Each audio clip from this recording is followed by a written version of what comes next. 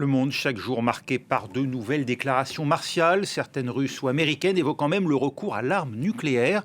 C'est dans ce contexte que le Japon commémore la première utilisation grandeur nature de la bombe atomique contre des populations sur l'île d'Hiroshima. C'était il y a 80 ans. Alexis Brégère, vous qui êtes sur place pour France 24, c'est un moment particulier, un moment de recueillement.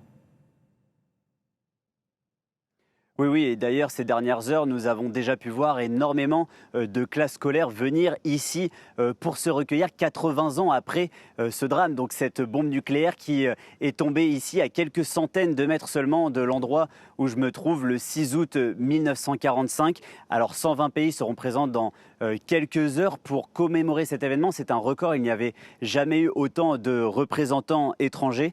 Ils rendront hommage aux 140 000 personnes décédées sur le coup après la bombe ou dans les mois qui ont suivi à cause des radiations. Et si on parle aussi de la catastrophe de Nagasaki qui a eu lieu 3 jours plus tard, eh bien ce bilan est porté à 200 000 personnes décédées.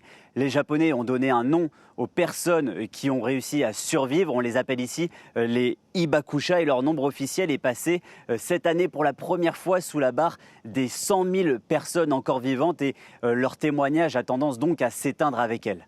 Et comment justement ces témoins de l'époque vivent la période actuelle ?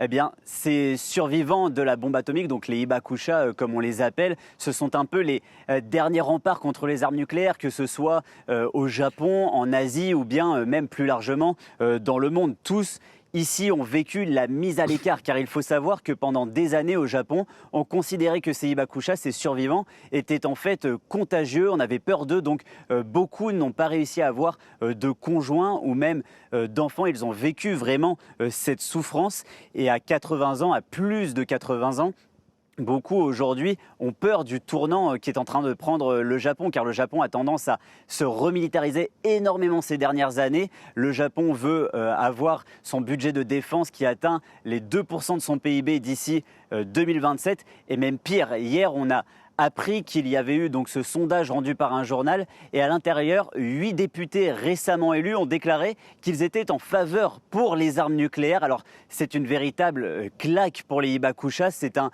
véritable camouflet, mais cela fait dire à ces résistants de la paix que finalement la guerre contre les armes nucléaires n'est jamais totalement gagnée.